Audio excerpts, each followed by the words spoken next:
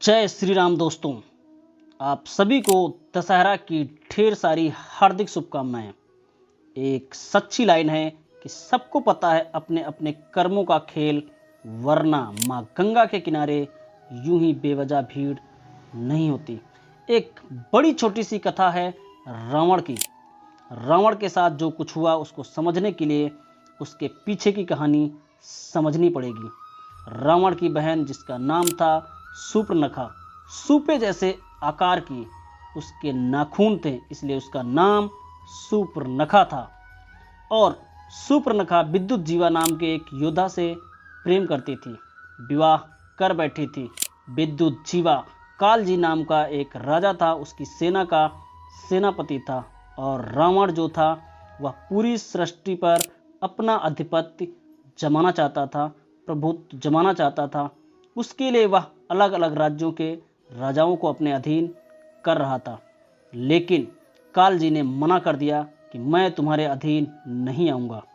इसी बात से गुस्सा होकर के, क्रोधित होकर के रावण ने कालजी की सेना पर चढ़ाई कर दी। उसे मालूम था कि उसकी बहन का पति सामने वाली सेना का सेनापति है, लेकिन उसने एक ना सुनी। उसने जा कर के विद्युत जीवा का वध कर दिया। जब यह समाचार पहुंचा सूर्पनखा के पास में तो बहुत क्रोधित हुई, क्योंकि जिससे प्रेम करती थी उसे उसके भाई ने मार डाला। सूर्पनखा चाह करके भी रावण का कुछ बिगाड़ नहीं सकती थी, क्योंकि रावण बहुत शक्तिशाली था, पराक्रमी था, बलशाली था। इसलिए मन ही मन उसने श्राप दिया कि जिस तरीके से तुमने मेरे पति को मार डाला है, तुम मेरे पति की मौत का कारण बने हो, मैं तुम्हारी मौत का कारण बनूंगी। कहते हैं कि उसके बाद वो लंका में कुछ समय रही, उसके बाद दक्षिण भारत के जंगलों में आकर के रहने लगी। और तभी उसे मालूम चला कि कोई आया है वन में वनवास बिताने के लिए, जो रावण से कई गुना पराक्रमी है, बलशाली है, तेजस्वी है। नाम है श्री राम।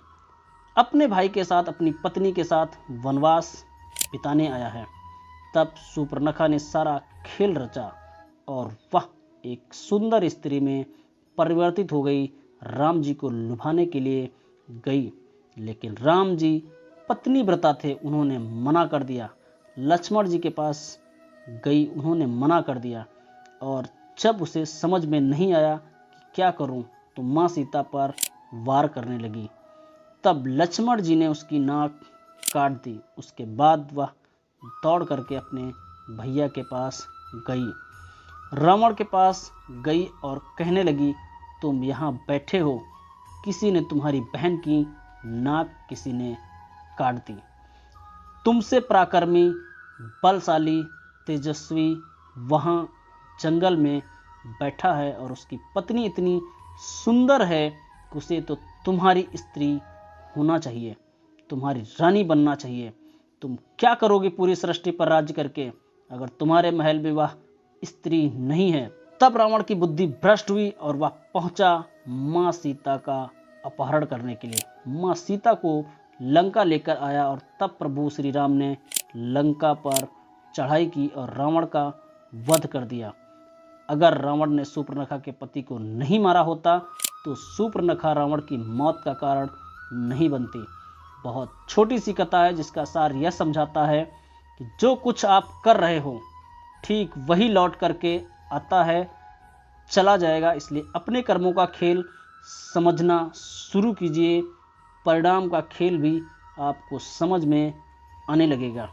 यूं ही सीखते रहिए और आगे बढ़ते रहिए।